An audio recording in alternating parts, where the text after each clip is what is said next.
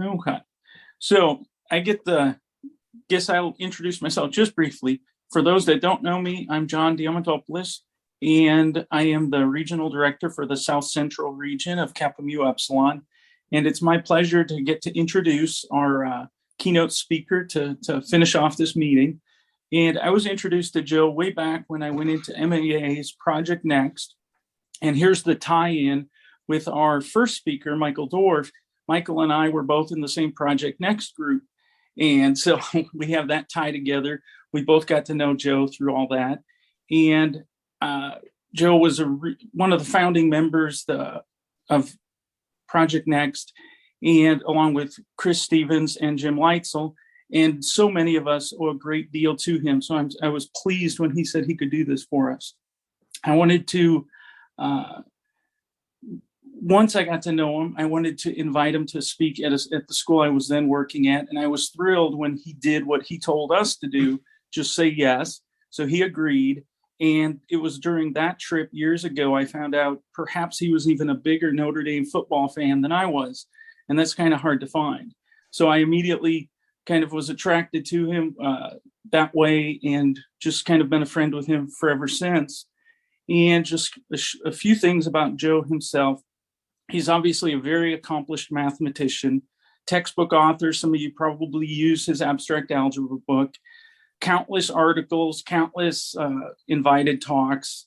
And one really cool thing about him is he has a very famous REU for undergraduates at his school. And in 2014, I believe it was, one of his students won the Fields Medal. And so it's like the biggest honor you can get. So that was really neat.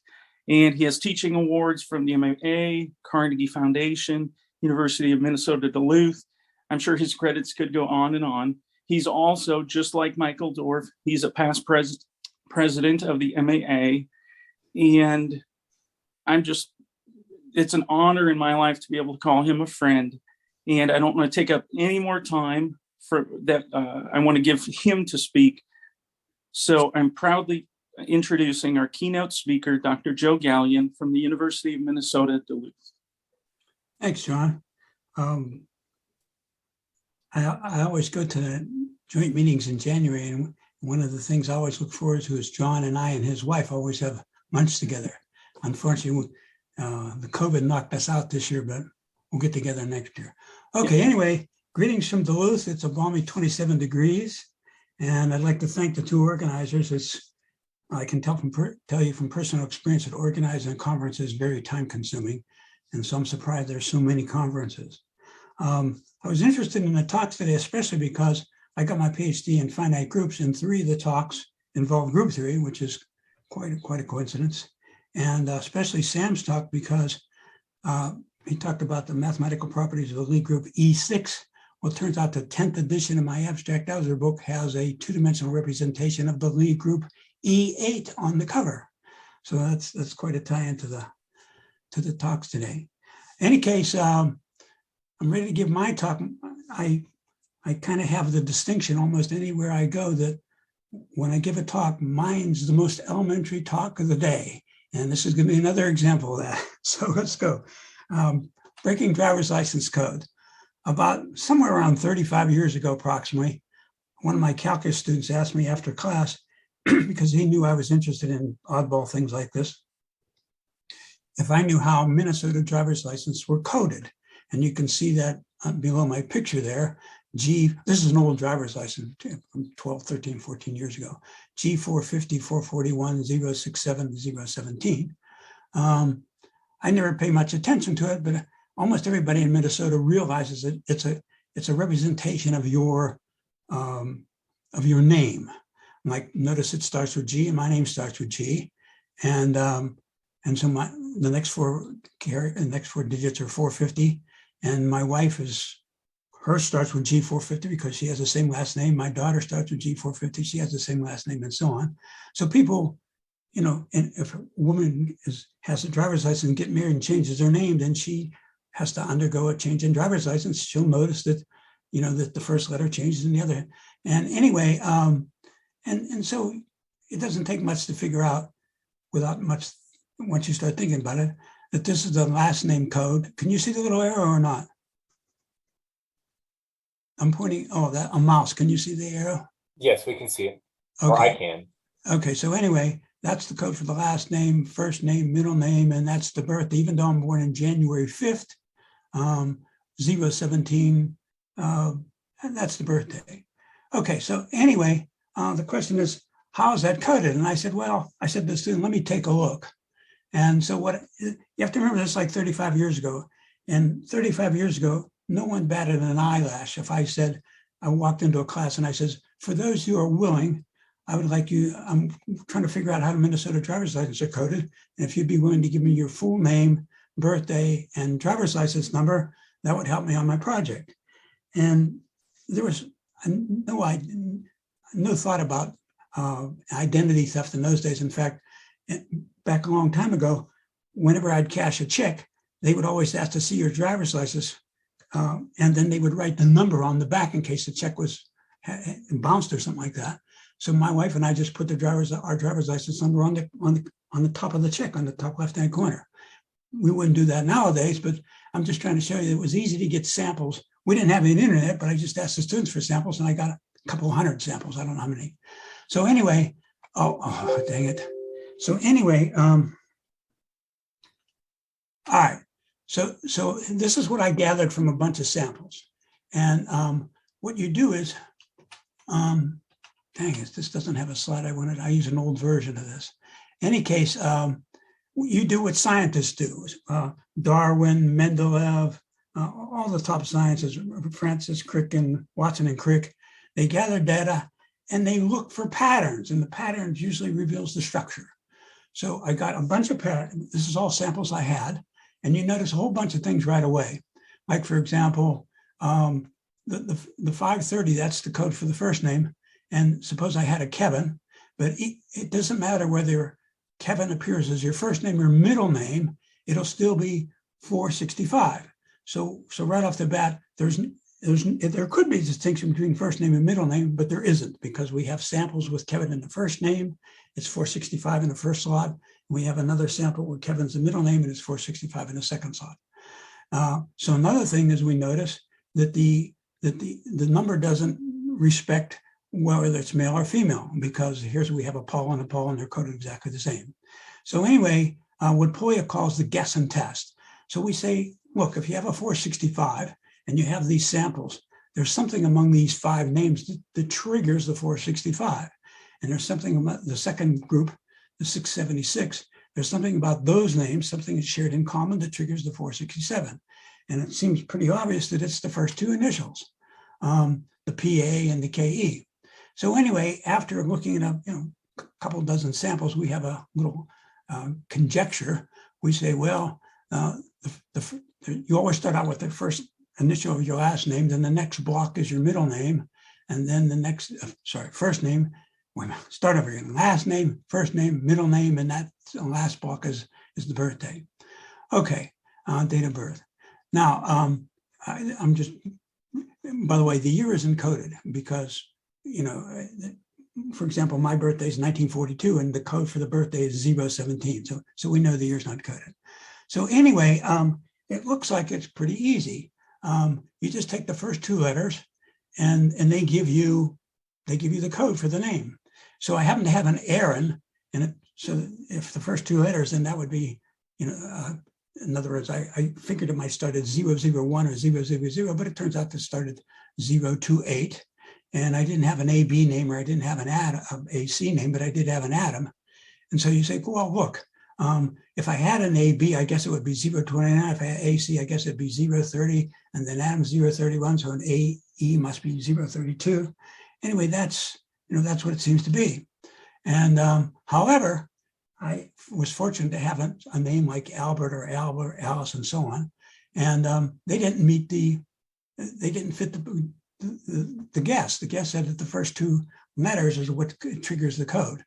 All right, so if you only use the first 2 letters, then all AL names should be 039, but instead ALA was a 040 and ALB was a 041.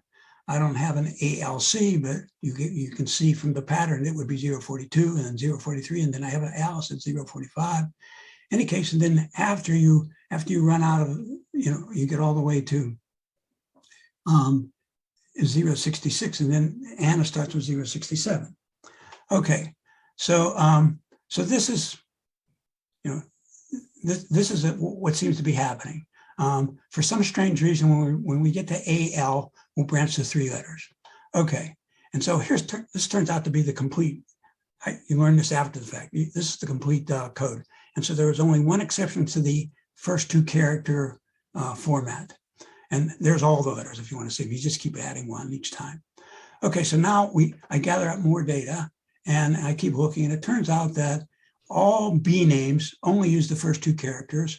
All last names that start with B, all last names that start with C, all last names that start with D, they only use the first 2 characters.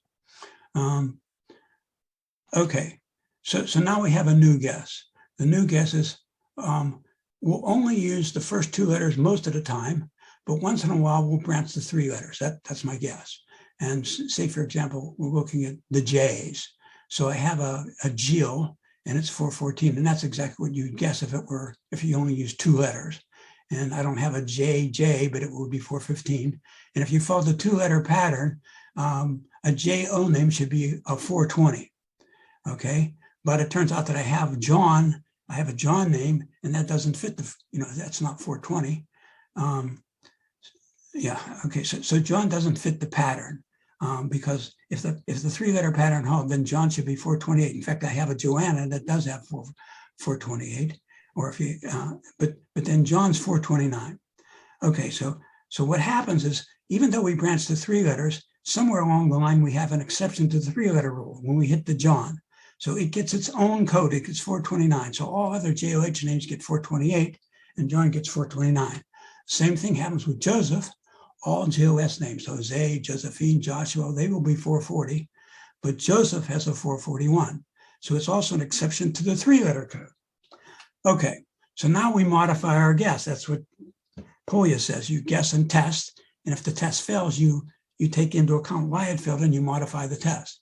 Okay, so now the new conjecture is most of the time we use the first 2 letters, but if there happens to be a name that's extremely common, like John, Joseph, James, Mary, Alan, William, Robert, then at those places, JA will branch to 3 letters, MA will branch to 3 letters, EL will branch to 3 letters, and so on.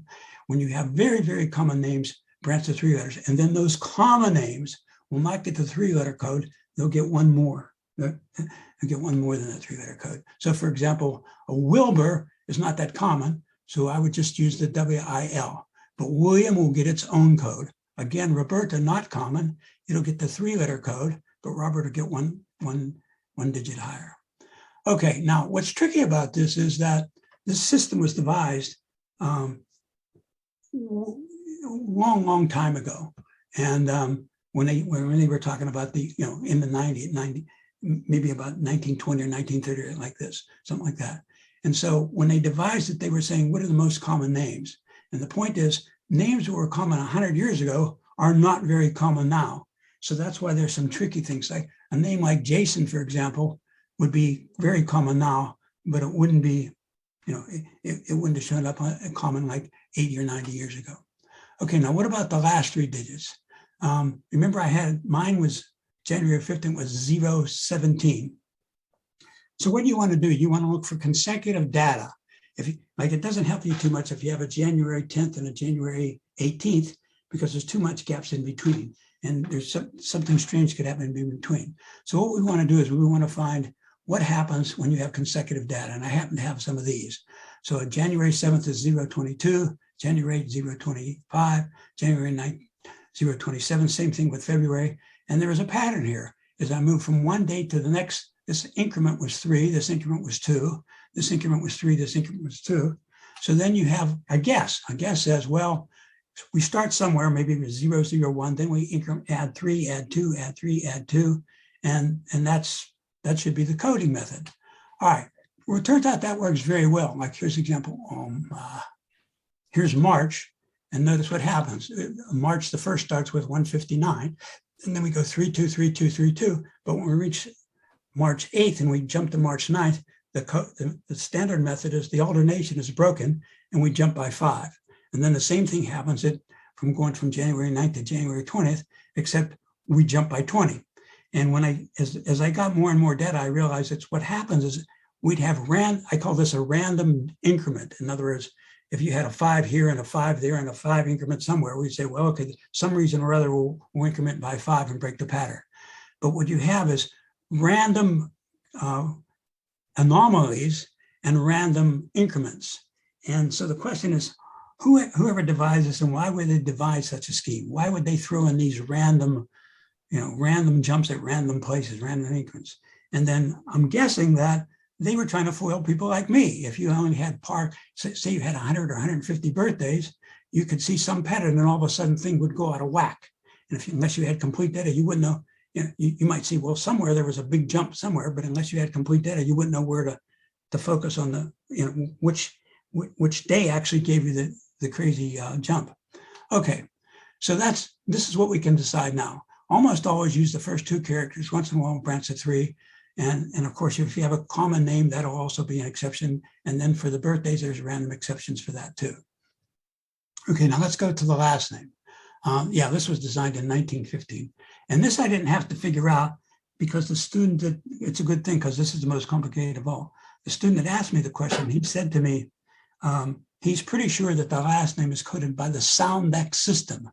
Now, if somebody said that to you today, you would just immediately go to the internet and you could find all about the Soundex system. In fact, I did it today, and there's dozens of explanations on Wikipedia, but there was no such thing back in 1889 or 1890. But the student said he saw it in a Knuth's book, The Art of Computer Programming. That's where he saw the Soundex system. That's what made him think about how the rest of the license might be coded. Okay, here's the Soundex system if you've never heard it before. So first of all, we're doing your last name. We'll immediately delete any H's or W's, and we'll assign all the vowels and Y, because it often sounds like a vowel. Those will be zeros. These characters will be 1, 2s, 3s, 4s, 5s, and 6s. We won't assign 7 or 8, 9 at all to last names. So you start with a name like Jackson, and here's what you get. Now, remember, we're looking for a 3-digit code for your last name. It should be Gallian 450, some letter and 3 characters. So we start with Jackson, and how do we arrive at the 3 characters? Okay, here's the rule. If you have 2 or more characters that have 2 or more letters that have the same numerical value, then the first cancels out the all remaining ones. So C, K, and S are all 2s. So this first 2 knocks out those 2s. So now we're down to this little thing. Now, if the first digit is still there, like for example, if your name started with an H or a W, then it wouldn't be involved in here. So if you haven't deleted the first thing already, now you delete the first character. So this is not an H or a W, so now I drop that 2. So now that 2 is gone. Okay, now what we do is, now we're still too big. Now we drop all the zeros. And you might say, well, why don't we just drop all the zeros at the beginning? No. You see, if you drop the zeros at the beginning, then, say you had, let's see, how do I say this? Suppose you drop this 2 at the beginning. Suppose you drop the 0 at the beginning. This 2 would have knocked out this character, this character, this character, this character, and you just have a 5 left. So the zeros serve as separators. In other words, this 0 separated this 2 from this 2. So this 2 didn't knock out all the other 2. The first 2 didn't knock out the other ones because it's separated. But once you make this first, these first couple of approximations, then you get rid of the separators. So now we're down to just 25. Well, again, we want a 3-digit code. So we always tack on zeros. You fill in with zeros if the number is too small. If the number is less than 3 characters, then fill in with zeros. You might have a name, like people from India have long names, and they might have like many consonants. They might have 4 or 5 consonants after you did all the other algorithm. Then you truncate. So either you augment zeros or you truncate to get 3. For example, Shaw, you drop the H, drop the W, and assign 0 to the vowel and assign 2 to the S. Okay. Well, then you drop this 2. You still keep the S, but remember you drop the initial character unless it was an H or a W because it's already been dropped. So that 2 now disappears. So now you have nothing. So you fill in with zeros. Okay. Now, every time when I was going through all this analysis, I kept saying, why do they do it the way they do? There must be some good reason behind it. And so here's what I'm speculating. Here's the reason. Well, this isn't speculation, this is for sure. It was designed, the system was designed as an error correcting code system, error correcting for spelling correcting system, the Soundex. And here's a good example. Here's my daughter's correct name before she got married. And somebody might spell her name like, just the other day, by the way, I went to a store, I had called about something and I noticed they spelled my name like this. I gave my name Joe Gallian, they spelled it with no. But that doesn't make any, that wouldn't be miscoded. By the way, the Soundex system was designed for the Census Bureau so that they would give each person in the census, in the data for the Social Security, you would get a specific code based on your name. And that's why spelling is important, because it, especially with so many immigrants, there's a lot of misspelling of, say, uncommon names. So anyway, all these ways of misspelling my daughter's name would all code the correct, all these would code the correct information. So if somebody said Kristen Gallian over the phone and they thought they heard anything like this, they'd still get the right number. Okay, now computer science, here's the disadvantages. There must be some disadvantages. Computer scientists call these things collisions. And collisions happen when two entirely different people or two entirely different pieces of data end up coded exactly the same way. For example, these two names are coded exactly the same way. You can see why. JOS is all it counts. So even though these match at JOS, but they differ everywhere else, but the rest of it doesn't count. For the middle name, we only count the LY, and here the LY, and here there's an H, but that's dropped out. And here the I is replaced by A, but they're both zeros. M is replaced by N, but those are both coded 5. So all these mistakes still end up giving you the same information. I shouldn't call these mistakes. All these funny different names code exactly the same.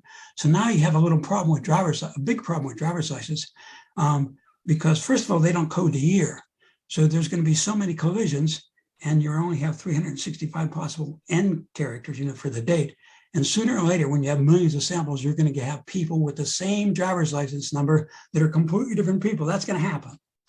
Okay, now let's quickly recap. We can do the last names thanks to Soundex.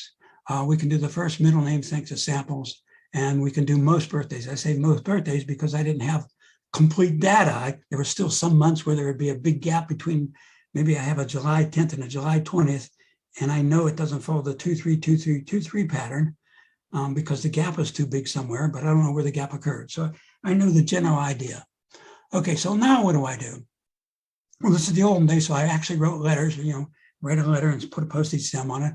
And I went to the AAA, and I asked if you had the information about every motor license bureau address in the whole nation, and they gave me that information. So I wrote every single, they have different names, but the license bureau of every state. And I got some very, very interesting information. This is Missouri, and they say they use the Soundex system, which is totally false. They do not use the Soundex system, but they think they use the Soundex system. The Soundex system, okay, so they say this, and they say, they say all these things. They do code sex. They only code the middle initial. I remember Minnesota coded your middle name the same way they code your last name, first name, I should say. And anyway, but here's the most interesting thing. The numbers, the method of coding is confidential information. I think that makes sense nowadays, but it was confidential back then. Here's Maryland. We are prohibited, Florida, I take it back, Florida. We are prohibited from exposing its compilation, which means it's confidential. Here's another one, confidential. What's this? State of New York, New Jersey, not available, meaning not available to me. Wisconsin, restricted. Hey, this is good. Not only is it restricted for me, but even in the state police, the police in Wisconsin can't get access. It's so secret that they won't even give it to the police. By the way, they made a mistake here. This is my little thing here. They say Illinois uses a system based on base 30. It's really base 31. And ours is a base 40. Let me quickly tell you, base 40 means every month is counted as 40 days. You count every month as 40 days. That way you don't have to worry about some months are shorter than others. And of course, in Illinois, they use 31 because every month, every birthday is 31 or fewer. Okay, anyway, Colorado, this is the one I like. Colorado does not use any exact science. So I guess if you walk in and say, hello, my name is Joe Guy, and I want to get a driver's license today. They say, well, what do you feel like today, Mr. Gallian? What would you like? Some weird thing like that. Of course, they have an algorithm. Okay, this was very interesting. It's Michigan, and look, she says we even closed our chart. By the Sondex chart, she meant everything: birthdays, first names, middle names. See, remember, Sondex is just the last name.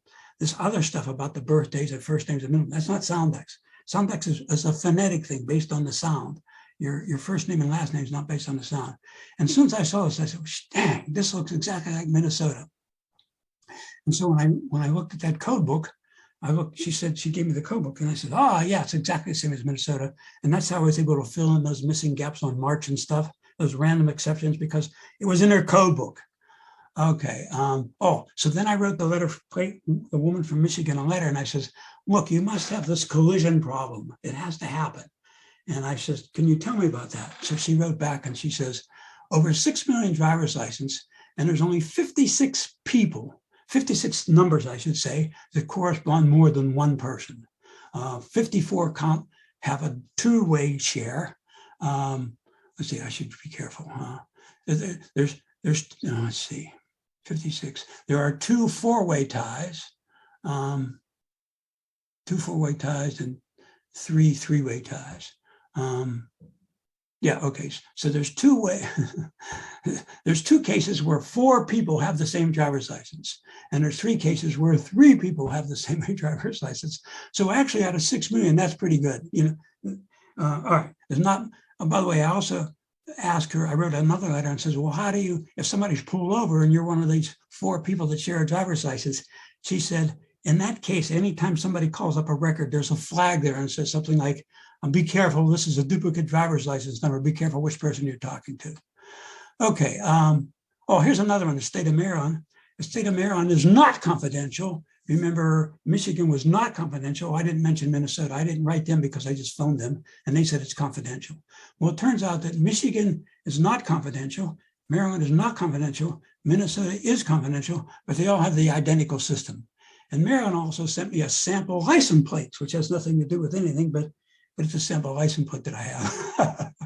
And yeah, here's the best one of all. One state says they have no idea how it's done. All we know is we type in a name and a number comes back, and nobody in the office knew actually, the mechanism for which it's done. Okay.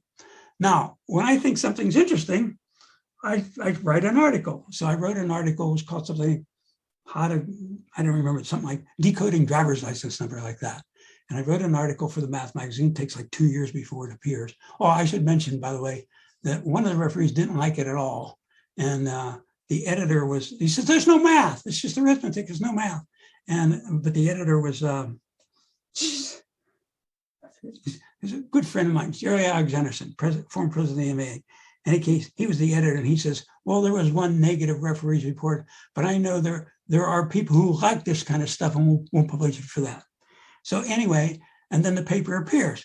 Now, suppose somebody from your school discovered a brand new, prime, a prime that nobody had before, because that's important for cryptology. You'd probably get a lot of publicity, or like the 4-color problem that got publicity, or Fermat's last theorem that got public publicity. So anyway, somebody at the MA office says, hey, we may be able to get some publicity out of this. So they asked me if I was okay with them sending out a press release to all the science editors. There's science editors for the New York Times, Washington Post, and so on. And they said science editor.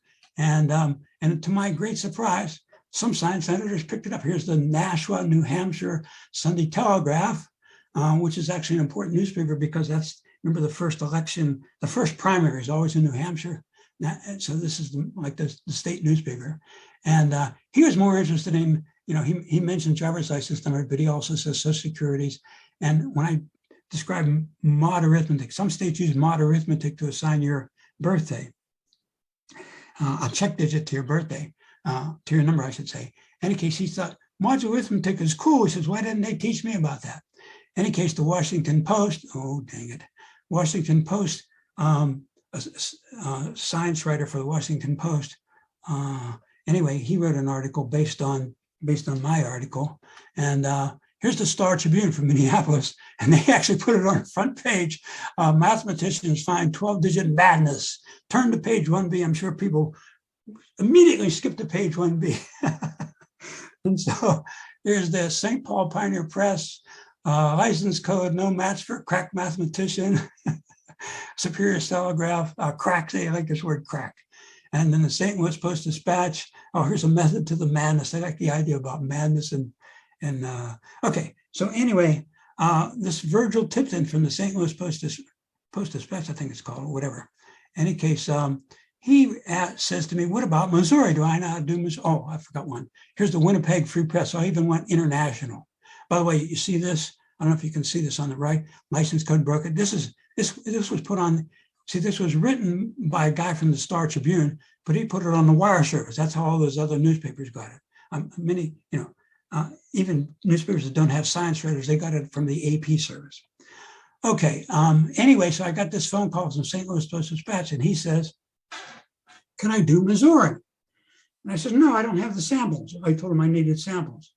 And he says, well, we have 1.5 million samples on the computer at the Post, at the Post-Dispatch. And I says, well, fax me 5,000 samples. And by the way, I didn't want random samples, just the opposite. I want data that cluster. And I want a lot of Smiths and a lot of Jones, because, it's like, it doesn't help me if I have a July 1st birthday, a code for the July 1st day and a July 30th birthday, because all kind of crazy stuff could happen in between. But if I had a July 1st and a July 2nd, I can see exactly what's happened when you make a tiny change. Okay, so I have all these samples coming out of the fax machine. Oh, by the way, we don't even use fax machines anymore. So anyway, right away, you see some very interesting stuff. So remember, I was looking for common names because I want as much overlap as possible. So I have this name right here, and there's the driver's license code. And so I have an Arthur Conrad's, let's see, what is this? Oh yeah, so here's two people with an identical name. Everything's identical because you use your first name, last name, middle name, and then birthday. Okay, so I see this person with this name is coded 107. And so the black code's his name and the red code's whatever's left, the birthday. So now I see his is coded one. Let's see what I want to say this. Born on January 22nd, and this is born on July 04. Okay, so what this tells me now, you have to say, what tells me just from this little information? This means that that last 3 digits is the code, because everything else matches. The only thing that mismatches is the birthday. So the only thing in the number that mismatches is the last 3 digits. So now we know the last 3 digits code your birthday. Okay, now, once you have a bunch of samples, it's easy to see a formula. The formula is this: let M be the month, 7 for July, and so on. D is the day. And then the last 3 digits are 63M. So you multiply the month number by 63, and you double the date for the males. And see, what's nice about this is now men will always have, so the point is you can always tell men from women from the number. The number distinguishes men and women. All right. Okay, so now, from now on, I'm going to ignore the last 3 digits because that part of the code is broken. So everything I show you, I'm leaving out the birthday. Okay, so now drop off the birthday, go back to these 2 people here. So, okay, yeah, so look, the point is we know the first name and the middle name and the last name are part, but what role, in other words, how much, what part of this number comes from the Arthur, what part of it comes from the Edward, what comes from the Smith?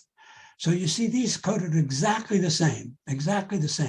So that says the Edward, the only place they differ is the middle name, and the only place the middle name matches is the first character. So I'm just looking at these 2 pieces of data. We know the middle name is coded from only the middle initial. Otherwise, if it was more than the middle initial, these 2 would differ. Okay. All right, so now we want to know how much does the middle name count? So I have a William Carl Smith and a William Charles Smith. This is another example of the same thing. This tells me that only the first character is involved because the numbers match, so the encoded input has to match, so it's only the first character matches. Okay, now the question is, how much does the middle name count?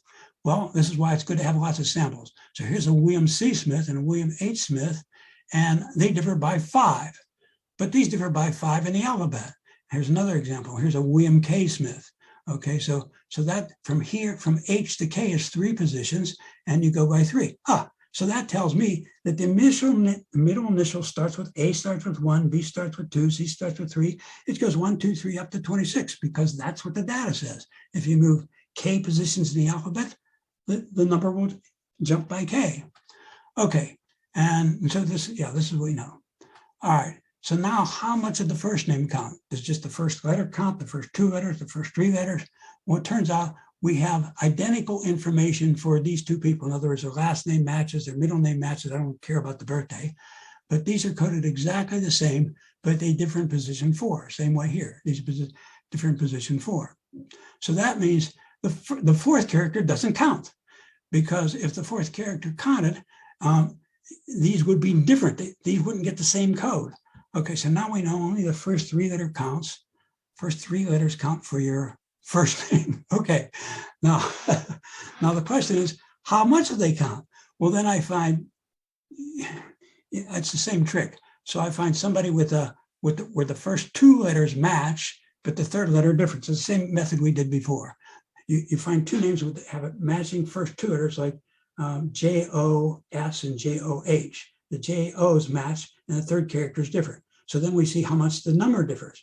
Okay, well, it turns out if you do that little method by matching everything else and just isolating the places where there's a difference, we see that every time the 3rd character changes by 1, you add 27. Okay, so A counts for 27, B counts for twice as much. And all this comes from looking at matching data that has 1 mismatch. Okay, now the same thing for the 2nd letter. So I find 2 people that have the same, maybe a J-O and a J-A. The first letter matches, but the 2nd letter is different. So now I can tell how much of that weight. So every time you move 1 position for the middle character, you add 27. 1 times 27, 2 times 27. And by the way, notice what we're doing. All we're doing is computing slopes of straight lines. In other words, what's the run? The run is how many positions you're moving in an alphabet. What's the rise? It's the change in the contribution to the total. So if we run 4 characters and we're in the 2nd position, the rise is 4 times 27 squared. So it's the rise over the run. Okay, now let's take a guess. So think back now. The middle initial was weighted 1. You just go by ones. Well, let's call that 27 to the 0, and you'll see why there's a pattern. So the middle initial was weighted 1 times 27 to the 0. The 3rd character of your last name is 27 to the 1. The 2nd character of your first name was 27 squared. So take a guess, everybody take a guess on how we're going to weight the first character of your first name. 27 to the 0, 27 to the 1, 27 squared. How many said 27 cubed? You're wrong. I was totally floored when I saw this. The weight in the first character, if 2 names are identical except for the first character, that's the weight. It's 27 cubed minus 26. You might be saying, well, why do they do this? It turns out that there's a good reason, which I'll explain later. There's a good reason for all this weirdness. A very good reason. Okay, now what about the last name? How is that coded? Well, again, we have somebody with the last name of Barry, and we choose the last, Carey and Barry. We can assume all the other things match in the front. You see why? Suppose I don't have mismatch. Suppose I have 2 first name and middle name with a Carey and a different first name and middle name with a Barry, but I know how to adjust. I know I can take one name and adjust it to see how many positions were changed. So now I can make all the first names the same just to check out the last names. Okay, so it turns out that these are coded exactly the same. So that means we already know the letter begins your number, but it could have also been involved in the calculation in the number itself. See, in other words, the letter may have played some role in the final calculation, but it doesn't. It's just, all it does is sit out in the front. It contributes nothing to the total. Okay, so now the question is, we know the first character doesn't count, but what does count? We look at samples again, and you get people with first 5 positions matching and 6 positions mismatching, and then the number mismatches. But if the first 5 positions match, then the numbers match. Okay, so using the same idea about matching, shifting, and all that, these are the weights. So an A And a fifth letter, if A is your fifth letter in your alphabet, you get that number, 5,000, whatever, 510,000. If it were B, you get twice that number. If it were 3, you get 3 times that number, and so on like that. Here's the fourth letter, third letter. Check this second letter. Suppose my name and somebody else's name exactly the same, everywhere exactly the same, except the second character. Our numbers would differ by 10 billion by making that tiny. But if our middle initial changes, they only differ by 1. And if our third character in your first name differs by 1, it would differ by 27 and so on. But if a second character in your last name, 10 billion, again, you might say, what's going on here? Why these crazy numbers? There's a good reason I'll get to it. So here's the final formula. I figured this is the formula. And the reason I got the formula, these are the weights. See, that's the weight of the second position, third position. So I just multiply it times your position in the alphabet. Okay, so I actually calculated all these out, and then I wanted to see if this formula matched. I know the weights are right because I can start with one that's already known, and I can use this to switch to a nearby one, and I always get the right answer. That means the weights were correct. But it turns out, so here's an example. I always get the Beatles on every talk. So John Winston Lennon. If you calculate John Winston Lennon's first name using the Missouri scheme, this should be his driver's license number. But it turns out it fails. It's off. Even though the weights were correct, it's off. And here's the reason why. When I was telling you about those weights, I said it's a slope of a straight line, but I was assuming the straight line passed through the origin. Okay, my scheme worked perfectly fine if the straight line passes through the origin. What if it doesn't pass through the origin? What if the y-intercept is some crazy number like this? In fact, so what happens is with Lennon, you use that formula, and then you have to put this number there. And I'll explain why it's important in a few minutes. And then I tried McCartney using my formula, and it was off by the same amount. I tried like Smith, and it always, I tried like 20 different samples or something like this, and this was always what was off using my formula. So if I put this into the end, then I get the right answer, almost always. Almost always. I may be going too fast here. So if I take any name like Smith, Jones, Gallian, Harvey Schlecker or something like that, and I will always get the right amount if I use that one negative number. But if I have a name like Li, Po, or Liu, the number's off. That constant is not the same. It's a different constant. And that, okay, so why? Why is it a different constant? That's the constant if you have a 3-letter last name. Okay, so now my formula has all those weights plus one constant if you have 4 characters or more, a different constant if you have 3 characters. And I said to myself, what about 2-character names? It turns out that my samples didn't have any 2-character names because I was telling them to send me samples with comma names. So then I wrote that post-dispatch and I said, send me some Poes, Li, like Li, Wu, W-O, XU, send me those types of names. And it turns out that they have a different constant. So here's the final formula. Okay, mass, 4 letters or more, that's the constant. 3 letters, that's the constant. I faxed this thing to the post-dispatch. I want to see how I'm on time. Oh, I'm pretty good on time. Okay, so I faxed it to the post-dispatch, and here's what they say. I call this ugly. The reason I call this ugly, there's some quote about you can have a beautiful theory, a perfectly beautiful theory. All it takes is one ugly fact to destroy it. So this is, I thought I had the formula down. This is it. And so I sent it to the Post-Dispatch, and he wrote back. Here's where he says the 1.5 million, and he ran a random check against 10,000 pieces of data, 10,000 license numbers on his data bank, and it worked 9,934 times. It was correct 99% of the time. So there's some other factor, some strange, somebody might say 1-letter last name. That wasn't the, that could have been it, but it wasn't, by the way. So here you can see what happens. So look, first of all, what I did, this is my code in the middle. That's what my formula predicted using the formula I showed you. Here's the actual. If you actually subtract, in other words, how much are we off? It's always 26,000. Every one of these, if you subtract 26,000 from the actual, you get my code. So that means now we have to add 26,000 to my formula. Why? Sorry, but when do I add the 26,000? In other words, there's some weird exceptions. And then here, he alluded to here. So what's triggering the 26,000? See this person right here, Akins? That initial was not for it's not an initial, it's the name. The name is D. It's not Daniel or Daryl, it's D. The first name is just a single initial. Every one of these people, they have no first name. They have a first initial, nothing else. In that one case, if a first name is a single initial, then you add 26,000. If you do that, then it works 10,000 out of 10,000. And by the way, so I don't have it here, but I wrote him back and I says, here's the correction. And now it should work 10,000 out of 10,000. He ran it again. And he says, it seems to work.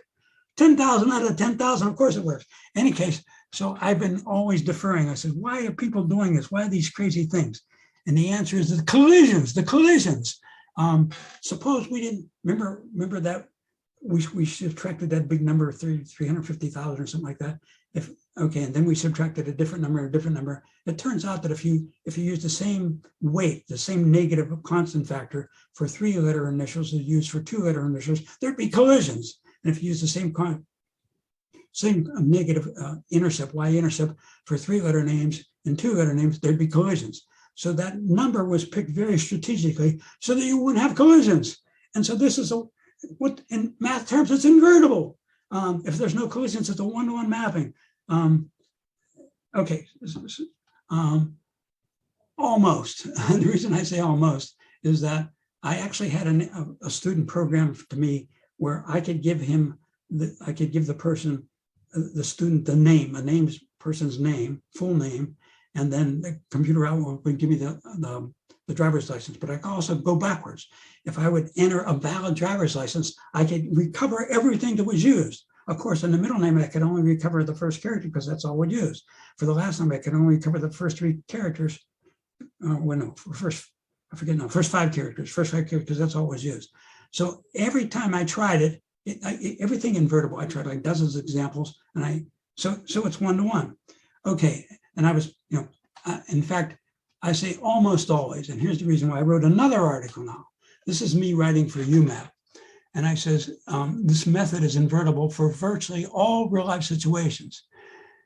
And the reason I say all real-life situations is that there was some way, by the way, how do you prove something is one-to-one? I actually did this in pencil and paper. You assume driver's license A matches driver's license B. And then it's like if you try to prove it, the y equal f of x is the one-to-one function. You assume a squared is equal to b squared, and you show a is equal to b. When I actually wrote that up and set an equation and try to solve, I got some counterexamples, like this, for example. I mean, when I actually did the arithmetic, this name, if somebody's first name were ZZZ, the middle initial D, and that's your last name, and this person's first name, middle name, these would be assigned the same number. So there are collisions, but I said all real life situations are, and then this is me talking, and I says, the only time you ever have counterexamples is if you have to have a bizarre mixtures of Z's and Y's. Bizarre mixtures. See, here's a bizarre mixtures in Z's and Y's. Here's another crazy counterexample. Okay, so then a few years later, here's a bizarre mixture. A few years later, I opened up my Sunday paper, and it says, hello, Zach Ziz, Mr. Zach Ziz.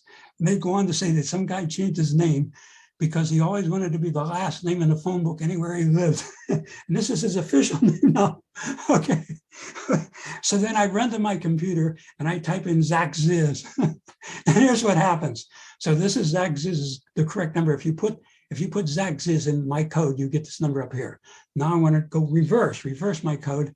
And you have to have a first name that has a blank initial. Your first name is, you only have a 2-letter last name, 2-letter first name, BB, and then a Z, and your last name is ZZ.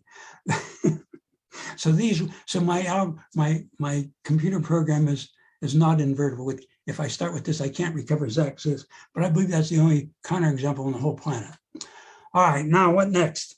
At this point, I'm out of time. I'm going too fast.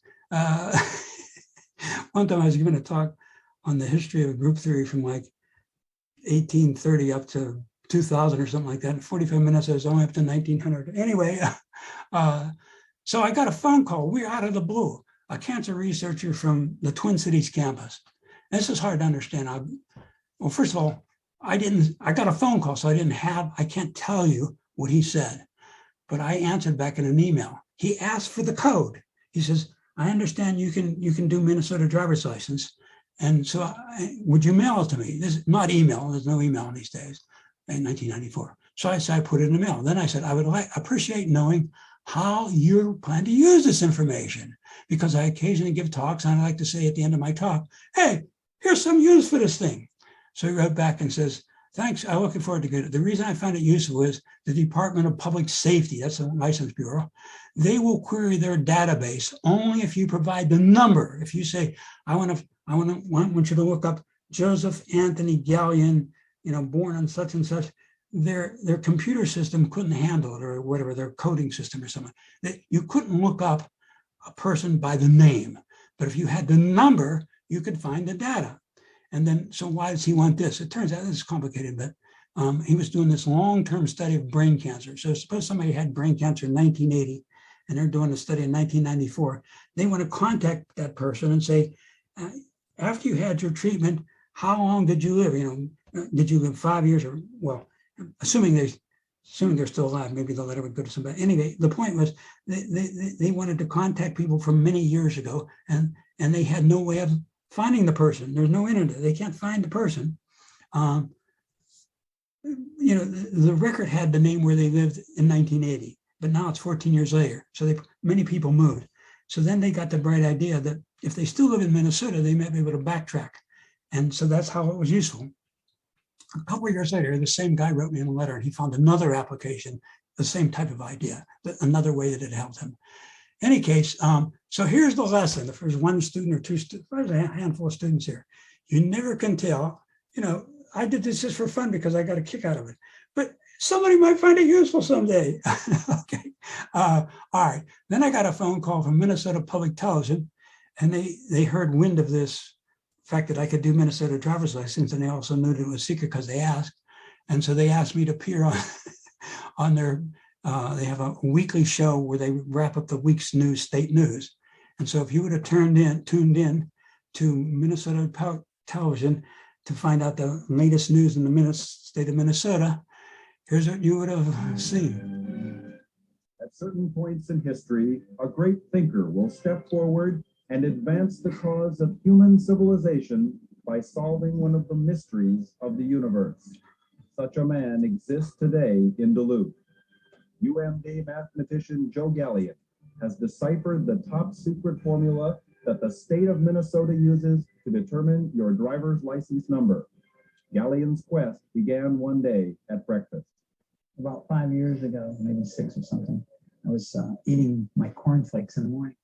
You said the Minnesota driver's license people didn't want to give you the formula. Right. You think, are they concerned that this information would fall into the wrong hands or something? I guess, I don't know, but here's what I say. I mean, how many guys that do fraud and forgeries and so on read the math magazine? I imagine this is the kind of thing that would come in real handy for bar bets, that kind of thing. You win a lot of money that way? Or? I don't drink. I don't go to bars. Okay, thanks. All right, let's thank our speaker.